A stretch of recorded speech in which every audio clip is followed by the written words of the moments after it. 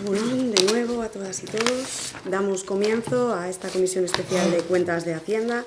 El primer punto del orden del día, invitación a las y los concejales asistentes a que comuniquen cualquier interés relevante que pudiera existir en relación con cualquiera de los asuntos incluidos en el orden del día de la sesión. ¿Alguna cuestión al respecto?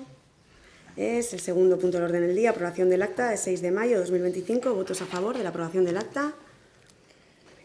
Y el tercer punto del orden del día es dación de cuenta del decreto 2025/0856 de modificación número 5 del presupuesto 2025, expediente número 1 de incorporación de remanentes e informe de sostenibilidad.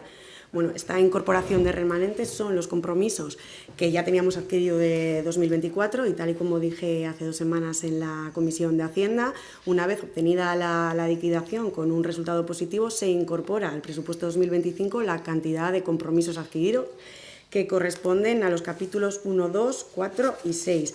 En los documentos no estaban incluidos los conceptos de estas partidas. Si os parece, os reenviaré los conceptos. Es verdad que la mayoría son pues de facturación, sobre todo, y de compromisos adquiridos a finales de 2024, que el pago se efectúa en 2025. Veréis que hay, por eso estaba el capítulo 4 también, porque hay subvenciones, sobre todo también de actividades que se llevan a cabo en el mes de diciembre. No sé si hay alguna cuestión al respecto. Popular, Julen, Paul, pues damos por finalizada la sesión. Bueno, es que ricasco.